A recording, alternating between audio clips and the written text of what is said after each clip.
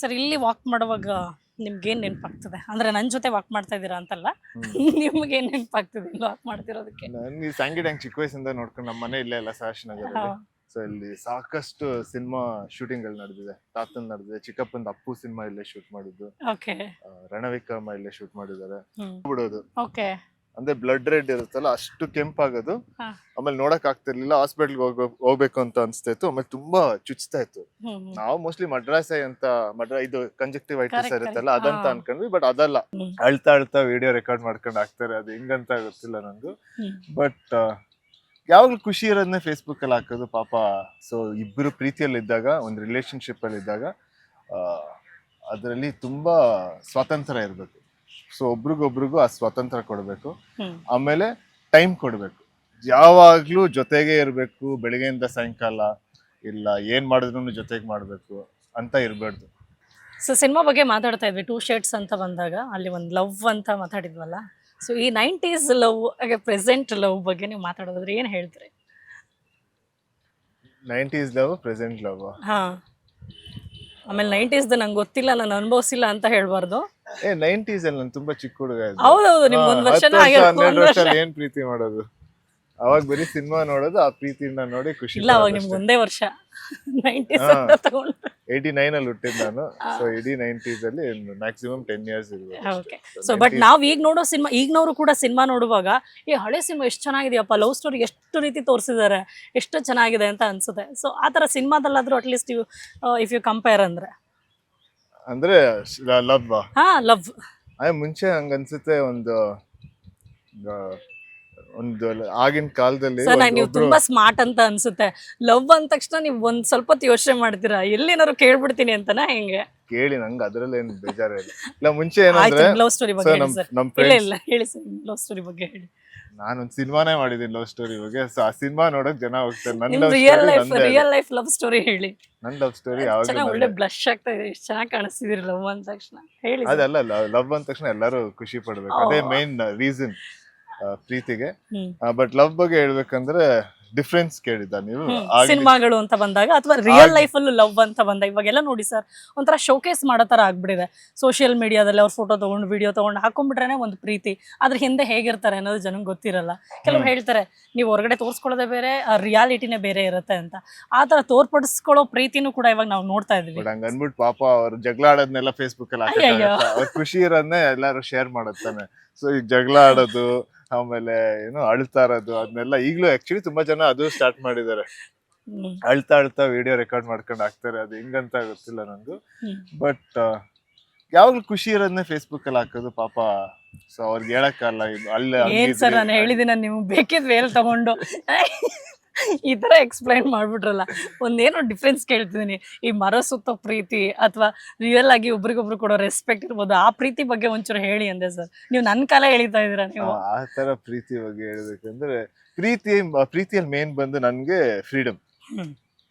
So ಇಬ್ರು ಪ್ರೀತಿಯಲ್ಲಿ ಇದ್ದಾಗ, ಒಂದು ರಿಲೇಶನ್ಶಿಪ್ ಅಲ್ಲಿ ಇದ್ದಾಗ ಅದರಲ್ಲಿ ತುಂಬಾ ಸ್ವಾತಂತ್ರ್ಯ ಇರಬೇಕು. ಸೊ ಒಬ್ರಿಗೊಬ್ರಿಗೂ ಆ ಸ್ವಾತಂತ್ರ್ಯ ಕೊಡಬೇಕು. ಆಮೇಲೆ ಟೈಮ್ ಕೊಡಬೇಕು. ಯಾವಾಗ್ಲೂ ಜೊತೆಗೆ ಇರಬೇಕು, ಬೆಳಿಗ್ಗೆಯಿಂದ ಸಾಯಂಕಾಲ ಇಲ್ಲ ಏನ್ ಮಾಡಿದ್ರು ಜೊತೆಗೆ ಮಾಡ್ಬೇಕು ಅಂತ ಇರ್ಬಾರ್ದು. ಅವ್ರದ್ದು ಟೈಮ್ ಇರಬೇಕು, ಅವ್ರದ್ದು ಲೈಫ್ ಇರಬೇಕು, ಅವ್ರವ್ರ ಫ್ರೆಂಡ್ಸ್ ಇರಬೇಕು. ಆಮೇಲೆ ಜೊತೆಗೂ ಅಷ್ಟೇ ಖುಷಿಯಾಗಿರ್ಬೇಕು. ಅವಾಗ್ಲೇ ಒಂದು ಪ್ರೀತಿ ಇಲ್ಲ ಒಂದು ರಿಲೇಶನ್ಶಿಪ್ ವರ್ಕ್ ಆಗೋದು ಅನ್ಸುತ್ತೆ. ಆಮೇಲೆ ಇದು ಎಲ್ಲ ರಿಲೇಶನ್ಶಿಪ್, ಪ್ರೀತಿ ಇರ್ಬೋದು, ಒಂದು ಫ್ರೆಂಡ್ಶಿಪ್ ಇರ್ಬೋದು, ಒಂದು ತಂದೆ ತಾಯಿ ಜೊತೆ ಇರ್ಬೋದು. ಸೊ ಅವಾಗ ಅದು ಇನ್ನೂ ಲಾಂಗ್ ಲಾಸ್ಟಿಂಗ್ ಆಗಿರುತ್ತೆ, ಆಮೇಲೆ ಇನ್ನೂ ಚೆನ್ನಾಗಿರುತ್ತೆ. ಬಟ್ ಯಾವಾಗ್ಲೂ ಒಟ್ಟಿಗೆನೆ ಇರಬೇಕು, ಜೊತೆಗೆ ಇರಬೇಕು, ಆಮೇಲೆ ರೂಲ್ಸ್ ಇರಬೇಕು, ಹಿಂಗಿರ್ಬೇಕು ಹಂಗಿರ್ಬೇಕು ಅಂದಾಗ ಅದು ವರ್ಕೌಟ್ ಆಗಲ್ಲ ಅಂತ. ರೆಸ್ಪೆಕ್ಟ್ ಈಚ್ ಅದರ್ ಅಂತ ಹೇಳ್ತಿದ್ವಿ. ಸಿನಿಮಾ ಬಗ್ಗೆ ಮಾತಾಡ್ತಿದ್ವಿ ಸರ್.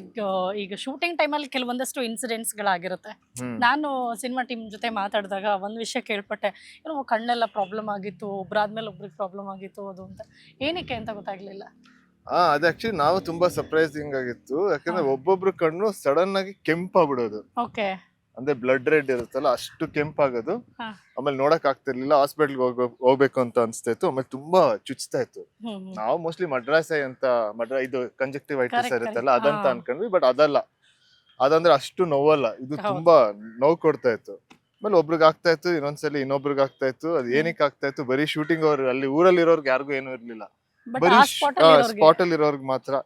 ನಾವು ಹೋಗೇ ಇರ್ಬೋದು, ಅದಿರ್ಬೋದು ಇದಿರ್ಬೋದು ಅಂತ ಅನ್ಕೊಂತ ಇದ್ವಿ. ಆಮೇಲೆ ನೋಡಿದ್ರೆ ಇದ್ಯಾವ್ದೋ ಲೈಟ್ಸ್ ತಗೊಂಡ್ ಬಂದಿದ್ರು, ಹೊಸ ಲೈಟ್ಸ್. ಸೊ ಆ ಲೈಟ್ಸ್ ಇಂದ ಯಾವ್ದೋ ಕೆಮಿಕಲ್ ಲೀಕ್ ಆಗ್ತಿತ್ತು.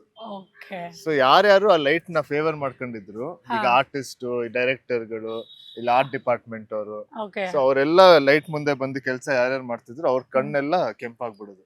ಸೊ ನನ್ಗೂ ಎಲ್ಲಾರ್ಗು ಆಗಿದ್, ನಂಗೆ ಆಗಿರ್ಲಿಲ್ಲ. ಒಂದಿನ ರಾತ್ರಿ ಮಲ್ಕೊಂಡಿದ್ದೆ, ಸಡನ್ ಆಗಿ ಎಚ್ಚರ ಆಯ್ತು. ಹೆಚ್ಚಾಗಿ ಕನ್ನಡಿಯಲ್ಲಿ ಏನು ಮುಖ ನೋಡ್ಕೊಂಡ ತಕ್ಷಣ ಫುಲ್ ಕೆಂಪಾಗ್ಬಿಟ್ಟಿತ್ತು. ಬಟ್ ಆಮೇಲೆ ಏನು ಆಕ್ಚುಲಿ ಒಂದಷ್ಟು ಸಲ ನೀರ್ ಹಾಕೊಂಡು ಇದಾದಾಗ ಕಮ್ಮಿ ಆಯ್ತು. ಬಟ್ ಒಂದಿನ ಶೂಟಿಂಗ್ ಅಲ್ಲಿ ಏನಾಯ್ತು ಅಂದ್ರೆ, ಪಾಪ ಎಲ್ಲ ಪ್ಯಾಕಪ್ ಆಗಿ ಹೋಟೆಲ್ಗೆ ಬಂದಿದ್ರು, ಎಲ್ಲಾರ್ಗು ಒಟ್ಟಿಗೆ ಆಗ್ತಾ ಇತ್ತು. ಸೊ ನಮ್ ಡೈರೆಕ್ಟರ್ಗೆ ತುಂಬಾ ಭಯ ಆಗ್ಬಿಟ್ಟಿದೆ. ಸರ್ ಜಸ್ಟ್ ಇಮ್ಯಾಜಿನ್, ಎಲ್ಲಾರು ನನ್ನ ಹಾಸ್ಪಿಟಲ್ ಕರ್ಕೊಂಡು ಹೋಗಿ ಜಸ್ಟ್ ಇಮ್ಯಾಜಿನ್, ಇದು ಈ ಸಿನಿಮಾ ಅಲ್ದೇನೆ ಒಂದ್ ದೇವದ್ ಸಿನಿಮಾನು ಏನಾಗಿದ್ರೆ ದೇವ್ ಸಿನಿಮಾನ ಆಗಿದ್ರೆ ಎಲ್ಲ ಅವ್ರದೇ ಆದಂತ ರೀತಿಯಲ್ಲಿ ಡಿಸ್ಕ್ರೈಬ್ ಮಾಡ್ತಿದ್ರಲ್ವಾ. ಬೇರೆ ಬೇರೆ ರೀಸನ್ ಗಳು ಕೊಡ್ಕೊಂಡು ಅದು ಶಾಪ್ ಆಗಿ ಅನ್ಕೊಂಡು ಏನೇನೋ ಅನ್ಕೊಂಡ್ ಬಿಡ್ತಾರೆ. ಆಮೇಲೆ ನೋಡಿದ್ರೆ ಅದು ಬರೀ ಲೈಟ್. ಬಟ್ ಇಡೀ ಟೀಮ್ ತುಂಬಾ ಕಷ್ಟಪಟ್ಟಿದೆ ಈ ಒಂದು ಇನ್ಸಿಡೆಂಟ್ ಅಲ್ಲಿ. ಬಟ್ ಅದಾದ್ಮೇಲೆ ಎಲ್ಲರಿಗೂ ಆರಾಮ. It was fine. So sir cinema ಅಲ್ದೇನೆ ನೀವು ಹೊರಗಡೆ ಅಂದ್ರೆ ಶೂಟಿಂಗ್ ಆದ ತಕ್ಷಣ ಆಫ್ ದ ಸ್ಕ್ರೀನ್ ಅಲ್ಲಿ ನೀವು ಆಫ್ ದ ಶಾಟ್ ಎಲ್ಲ ಹೆಂಗಿರ್ತೀರಾ? How do you enjoy with the team? ಅಂದ್ರೆ ಎಲ್ಲಾರು ಇರ್ತಾರೆ ಹಂಗೆ, ಅಂದ್ರೆ ಚೆನ್ನಾಗಿ ಆರಾಮಾಗಿರ್ತೀನಿ. ಓಕೆ. ಅಂದ್ರೆ ತುಂಬಾ ಸುಸ್ತಾದ್ರೆ ಕ್ಯಾರವನ್ ಅಲ್ಲಿ ಕೂತಿರ್ತೀನಿ, ಇಲ್ಲ ಅಂದ್ರೆ ಖುಷಿಯಾಗಿದ್ರೆ ಅಲ್ಲೇ ಆರಾಮಾಗಿ ಸೆಟ್ ಅಲ್ಲೇ ಕೂತ್ಕೊಂಡು ಕಾಫಿ ಕೂತ್ಕೊಂಡು ಟೀ ಕುಡ್ಕೊಂಡು ನೆಕ್ಸ್ಟ್ ಸೀನ್ ಬಗ್ಗೆ ಮಾತಾಡ್ಕೊಳ್ಳೋದು. ಆಮೇಲೆ ತುಂಬಾ ಎಲ್ಲಾರ್ನು ನೋಡಿರ್ತೀನಲ್ಲ, ತುಂಬಾ ಟೆಕ್ನಿಷಿಯನ್ಸ್ ಎಲ್ಲಾರ್ನು ನಾನು ಎಷ್ಟೊಂದ್ ಜನನ ಚಿಕ್ಕ ವಯಸ್ಸಿಂದ ನೋಡಿರ್ತೀನಲ್ಲ. ಸೊ ಎಲ್ಲಾರ ಜೊತೆ ಒಂದು ರಿಲೇಶನ್ಶಿಪ್ ಹಂಗೆ ಬೆಳ್ಕೊಂಡ್ಬಿಟ್ಟಿದೆ.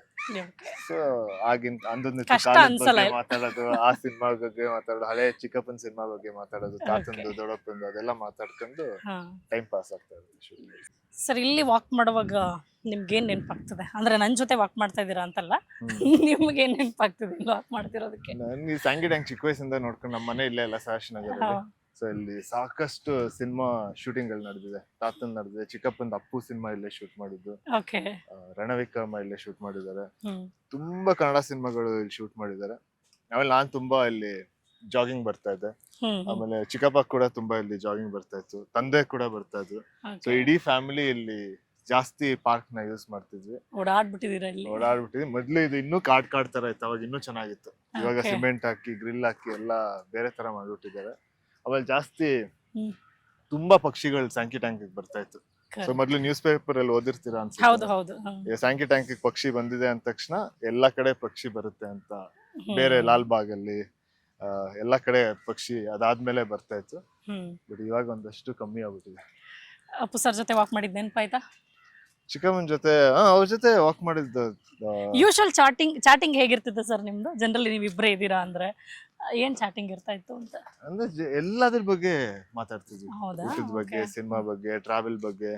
ಆಮೇಲೆ ಇಬ್ರಿಗೂ ತುಂಬಾ ಕಾಮನ್ ಫ್ರೆಂಡ್ಸ್ ಬಗ್ಗೆ. ಆಮೇಲೆ ಫ್ರೆಂಡ್ಸ್ ಜೊತೆನೆ ಸೇರ್ತಾ ಇದ್ವಿ ಜಾಸ್ತಿ. ಸೊ ಆಲ್ಮೋಸ್ಟ್ ಇದು ಅದು ಅಂತ ಎಲ್ಲ ಏನಿರುತ್ತೆ ಎಲ್ಲದ್ರ ಬಗ್ಗೆ ಮಾತಾಡ್ತೀವಿ.